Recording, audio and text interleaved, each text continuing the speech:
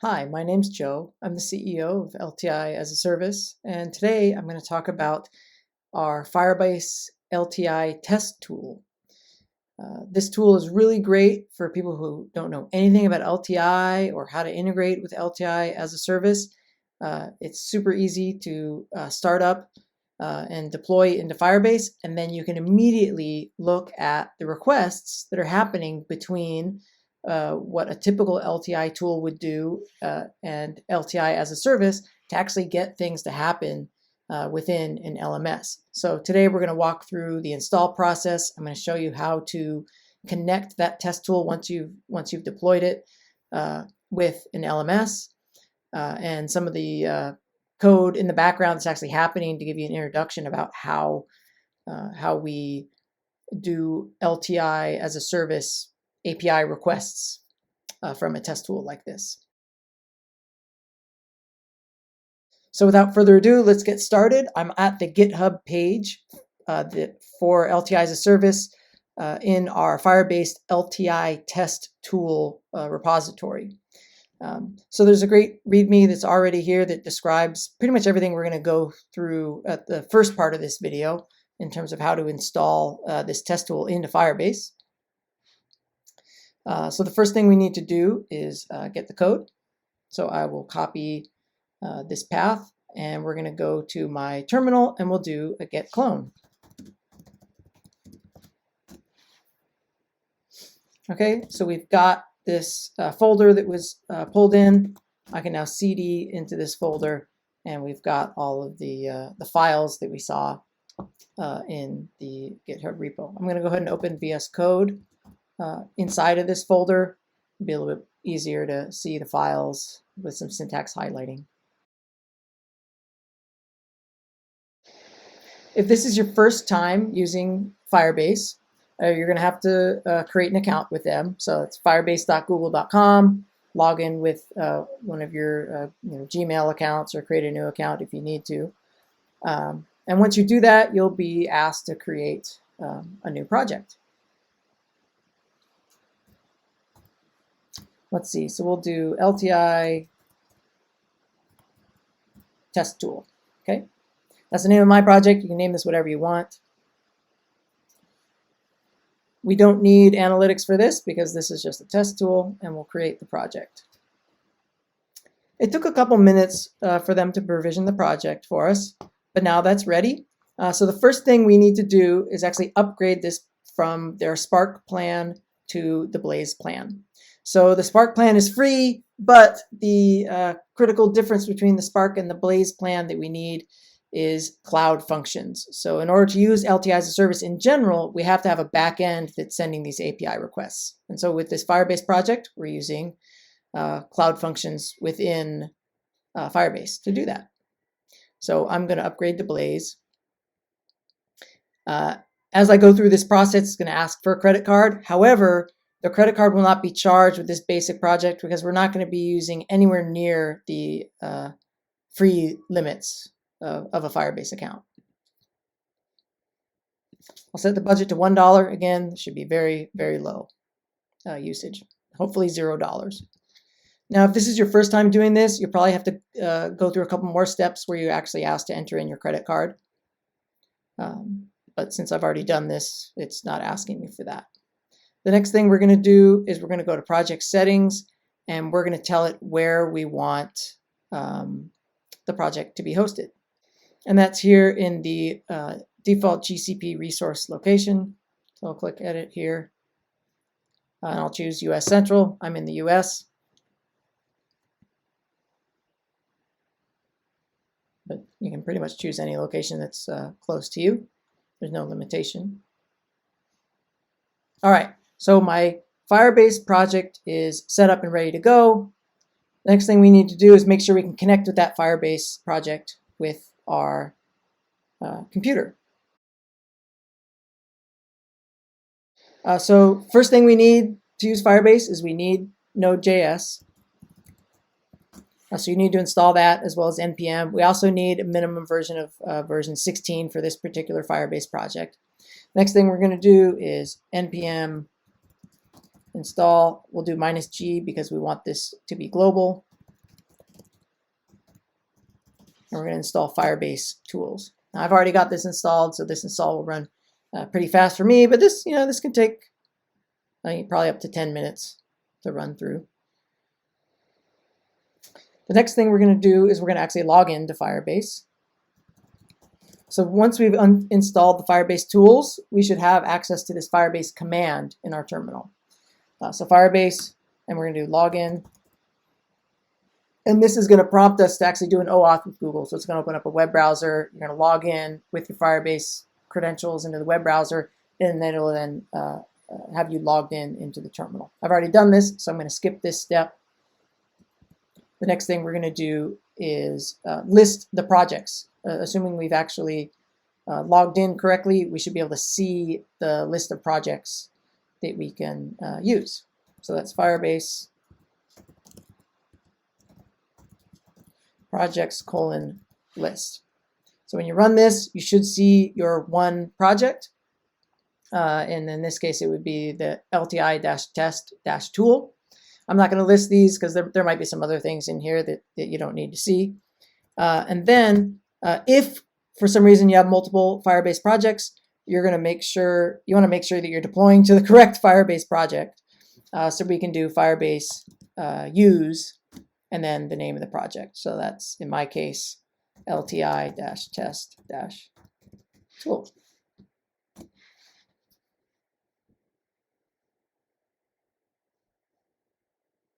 Okay, so it's now using project LTI test tool. You'd get an error message if it couldn't find the project. You typed in the project name wrong.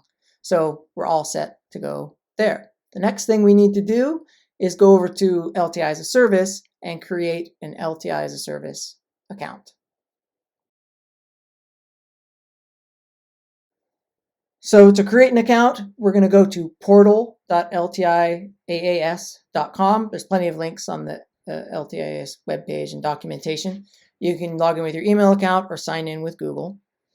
Okay, once you've successfully created an account, or rather a user profile, the next thing to do is to create an LTI as a service account. You can actually have multiple accounts under a single user profile. We have many customers that have multiple accounts for, let's say, multiple different tools, each with their own LTI as a service account.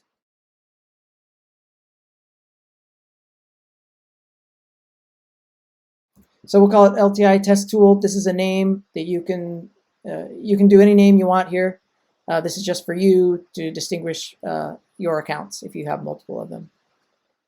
We're presented with many different options for our account. In our case, we can just use the free trial. That's totally fine. That gives us all the same features as all of the other tiers that we have here, but with obviously very limited amount of usage that we can do. So only 500 launches, which is more than enough for testing things out. So I'll select the free trial. I'm going to choose all of the different services because the LTIaaS test tool actually allows you to test all of these different services from it. And then I'll create the account. Okay, once we've created the account, we can now change the API settings of the account. For now, we're just going to set up some kind of dummy settings, and then once we actually deploy to FireBase, we'll do a minor update of these. So the first thing we're going to do is select the subdomain. This is the subdomain that is private to you, that is for your LTI service. So we'll do LTI test tool, let's say demo. So this is the subdomain that's provisioned for me just for this particular instance. We can then create, or we can choose a region. I'll choose the US. And we can give our tool a name and a description that will show up in the LMS. Actually, we'll leave it the same name that we have everywhere else. And for the launch URL, we can do literally whatever we want here because we'll change this later. So we'll do google.com for the launch URL, and we'll also just set that for the deep linking URL again for now. Logo URL, we can do whatever we want. And in my case, I'm going to enable dynamic registration auto activation. So once we actually connect this up with an LMS, it'll automatically activate that registration. We don't have to go through any extra steps there.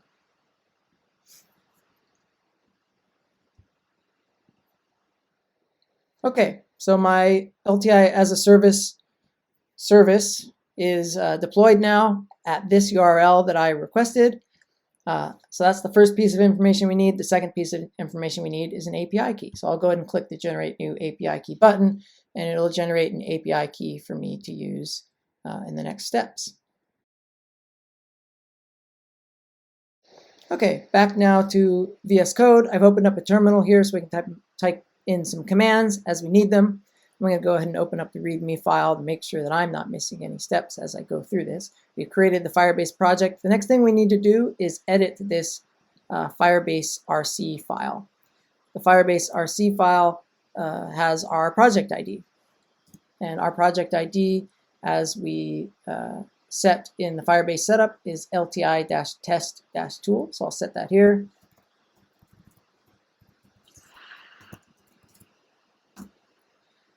And then the next thing we need to do is we need to take that LTIaaS URL that we got from that previous step, as well as the API key, and we need to tell FireBase what they are. So we can run some FireBase commands using that FireBase tool that we installed. So I'm going to set my API key from the API settings page here.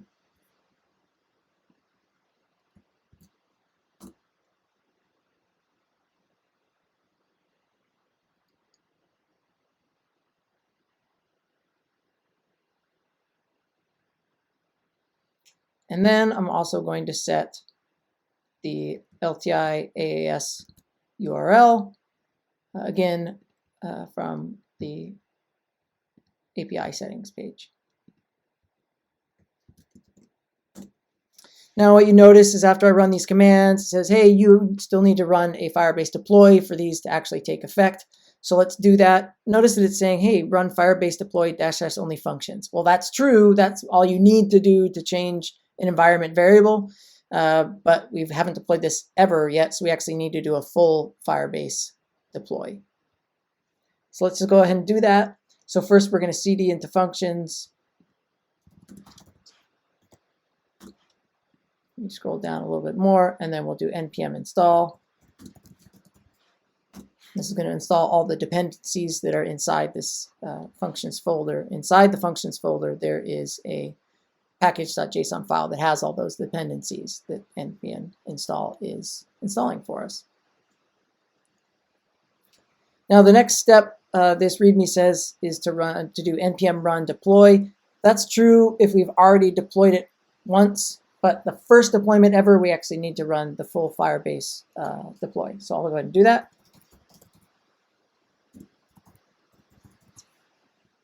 Okay, so the deploy was successful.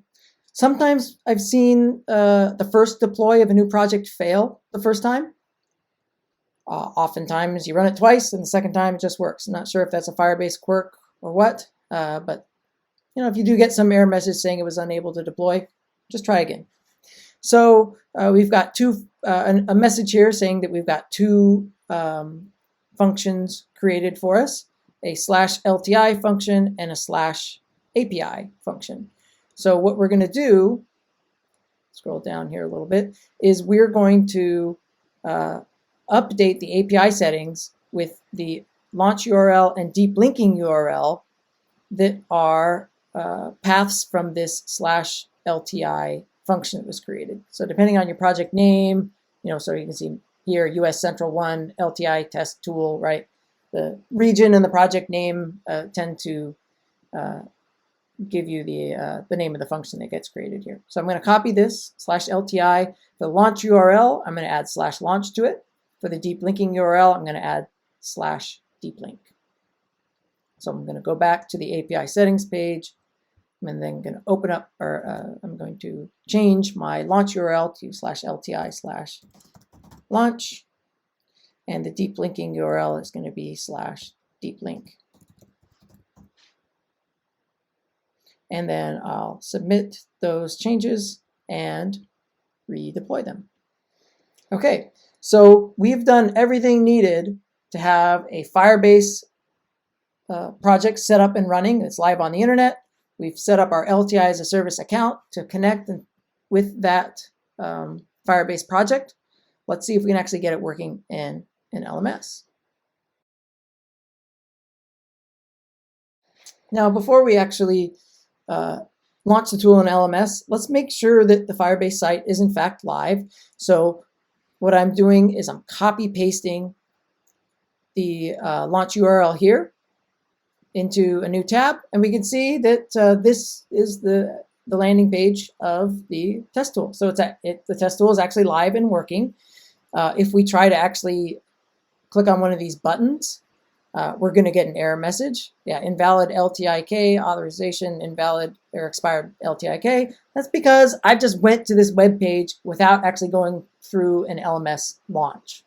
And if there's no LMS launch, there is no LTIK. We're not authorized, so we can't actually do any of the API calls as we would normally, knowing that we have correct data from an LMS. So this is good. I mean, in this case, the error message is expected. What's good is that the page is loaded. We click a button and we get an error message. If LTI as a service was not connected to FireBase, we would not get that error message. That error message is actually coming from LTI as a service. So this is good. The test tool is there. Let's go ahead and deploy it to an LMS. Okay, I've logged in to one of our Moodle test servers. I went and I've got to be logged in as administrator for this to work. So I'm going to go to Site Administration, Plugins, Manage Tools. And there's two different ways to connect an LTI tool. There's kind of the legacy way where you're punching in all the URLs manually, kind of back and forth. It's pretty painful. That's the way it works for most LMSs. But for Moodle and Brightspace, they have this new way of doing it that makes it very convenient. So I'm just going to go ahead and type in the URL for my LTI as a service subdomain. And then I'm going to do /register. I'm going to click this green button, and it's going to run through LTI 1.3 dynamic registration. And it's going to do the whole process for me automatically. So there we go. We ran through the registration process. That was very fast. And here's our LTI test tool with that logo that we saw in the API settings page. The last thing we can do here is click Activate. And let's go ahead and go back to LTI as a service and make sure that it got registered correctly over there. So I'm going to go to the registrations tab on the left-hand side here. And we can see our Moodle that we just registered. And we can see that it's already active. If we wouldn't have checked that auto activate box when we're doing the API settings, this would be set to false. We'd have to go in here and manually set this to true to allow that registration to be honored by LTI as a service. All right, so we've got our tool, our LTI test tool installed. Let's go ahead and find a course and actually add this tool into the course.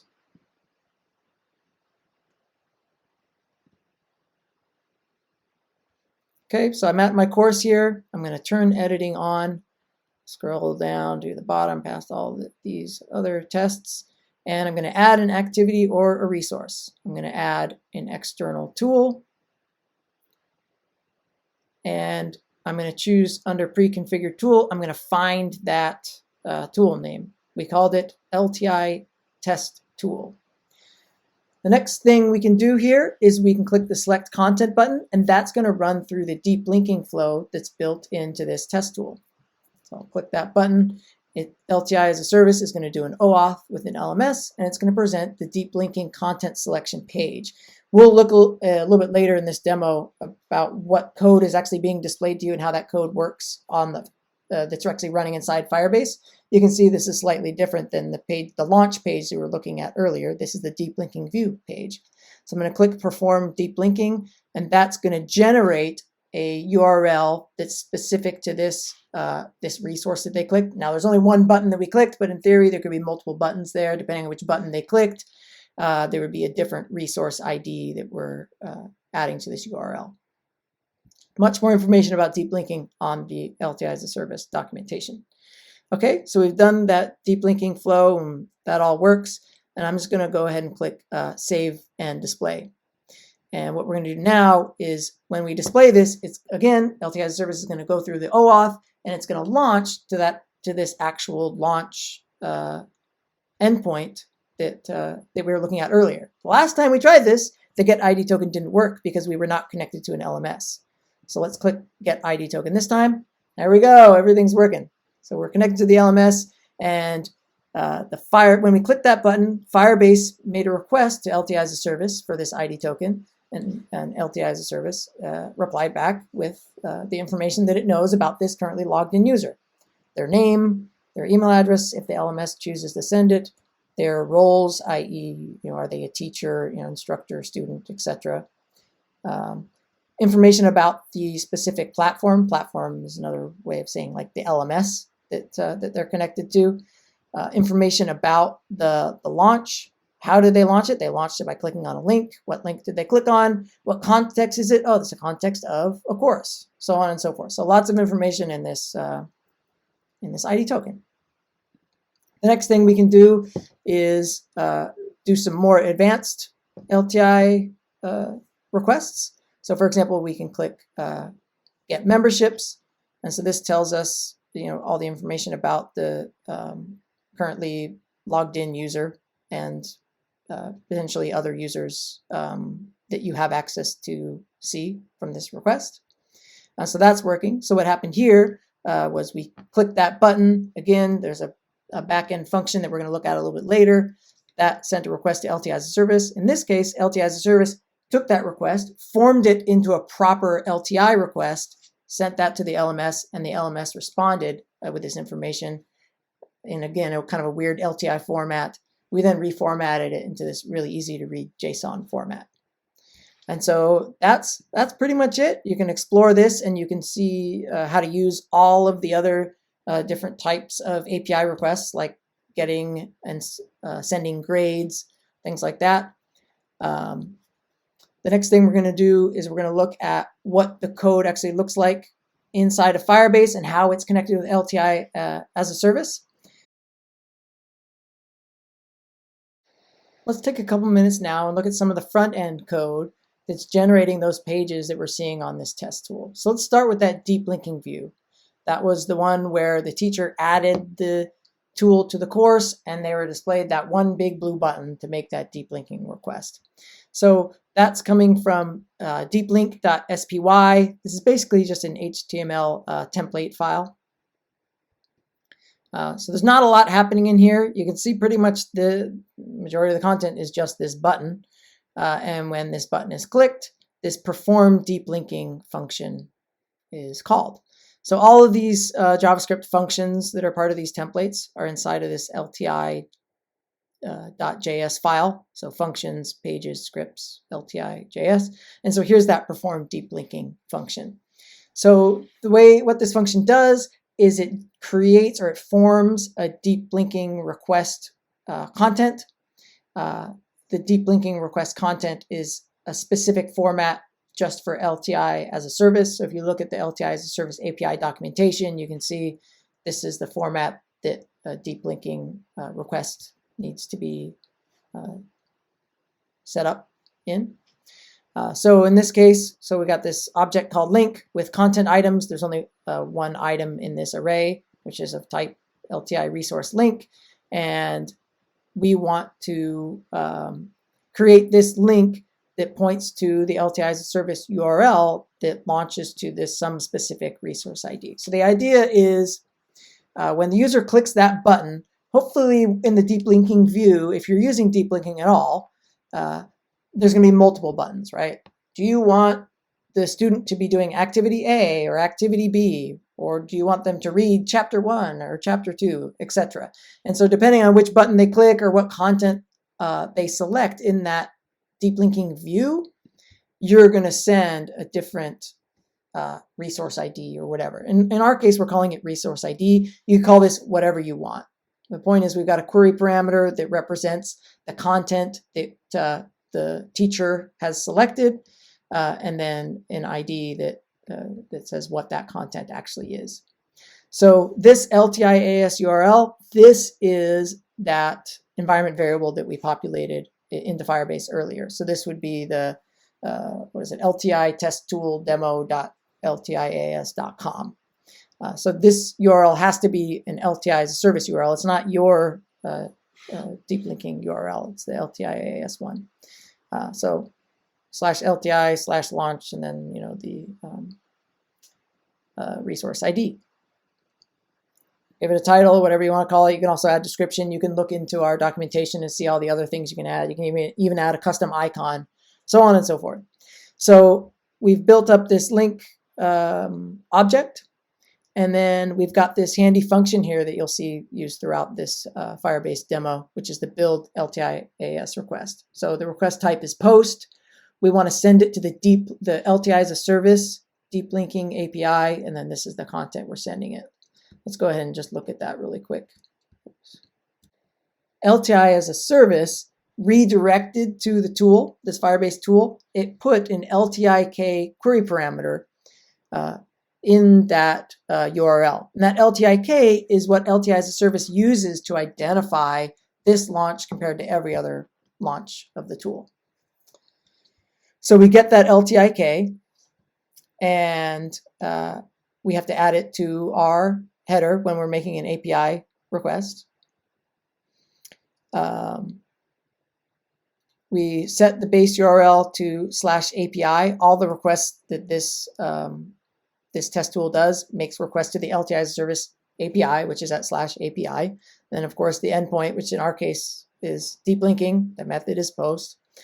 And then once we've built that request, we'll jump back to the function that we were at before. In this case, we're going to do an axios.request, which is actually going to send off the request to the FireBase backend. And once the FireBase backend responds, we're going to take that response and we're just going to append it directly to the body. That's how deep linking works with LTI as a service. The deep linking API sends you back a self-submitting HTML form with the proper format for the LTI protocol. And all you got to do is append that to the body of your current HTML document, and it will do a redirect to the LMS for you. So that's what's happening with this request. So when we do this Axios request to this /deep linking, let's jump back. Excuse me, whoops, where are we? Back to the LTI, build LTIaaS request. The URL we're using is /API. So let's go ahead and look at what is /API, because we're making a request to the /API of FireBase, right? There's two functions that we deployed. There's the API FireBase function and the LTI FireBase function. So let's look at what's happening inside the API function inside of FireBase. So that's in index.js. So inside of index.js, here we can find the post request receiver for this deep linking request. And what it's doing is it takes this deep linking request, and now what it's formatting is a URL that goes to the actual LTI as a service URL /API/deep linking /form, and then it makes an Axios post request with the LTIK that we sent earlier, and then it just simply returns that response. And so what you'll notice for all of these API requests that are handled in the FireBase kind of backend function, they're all almost exactly the same, right? We take, we create a URL. We've got some content that we've formatted inside of LTI.js. So in other words, where is it? This type of content that we formatted that we know is the proper format for the API. And the only thing that the FireBase backend is doing is it's taking that already formatted request and then just sending it off to LTI as a service for us. So you can see deep linking, the ID token request that we made earlier, they're all almost exactly the same.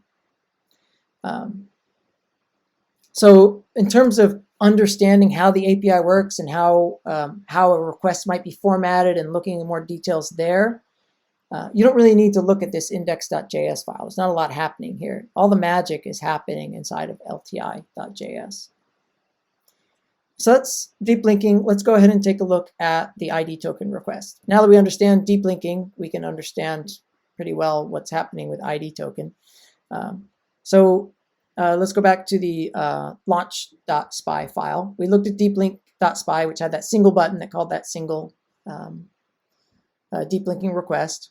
Once the student actually launched to it, they get that launch page. Here's the file for that. We can see it's just a bunch of buttons, which is what we expected to see, right? So when this button is clicked, the get ID token function is called. We can jump over here, get ID token. All it's doing is saying populate modal with LTI request. Let's go ahead and look and see what that does. So we're building an LTI request. In this case, there really was no data. The ID token is just a get request. Give me the ID token for this current session. LTI as a service doesn't ask for anything more on top of that. So we build the request. Again, we've got that, we always, inside of this build LTIaaS request, we've got that LTIK. We always have to have that LTIK to make the request so that we know which specific launch is actually making the request. So we build the request, we make the request, again, that sends the request off to this index.js cloud function. The cloud function then makes a request to LTI as a service. LTI as a service responds back to this cloud function. This cloud function then responds back to the actual front-end client.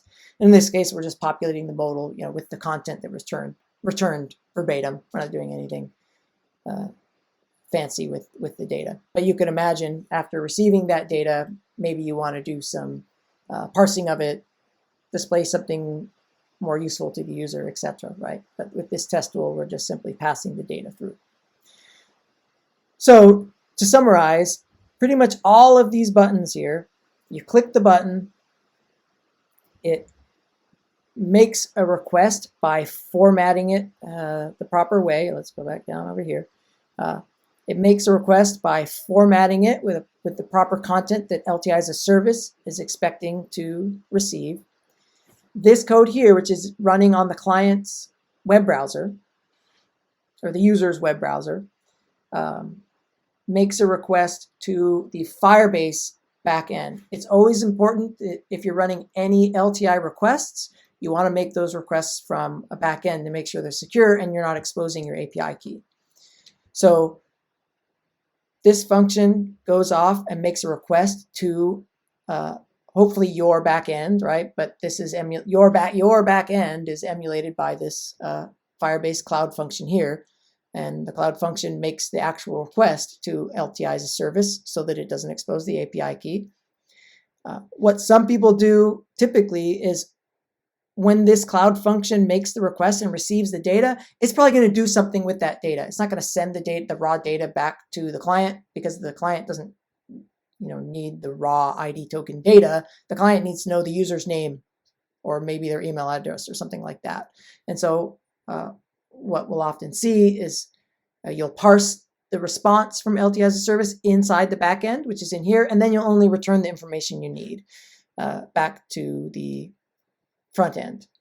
So in this case, when the front end receives that request, it might do something like append it to the body, show it in a modal pop-up form, etc. So that's how this code works. Hopefully you can use this brief description to browse through the rest of the code and understand how the rest of it is working. If you have any questions, we've got some great documentation on our website. We also have very quick support emails. Happy to jump on Zoom calls with any of our customers. We also offer custom consulting for anything related to LTI. So I hope you found this demo helpful, and thanks for taking the time to watch.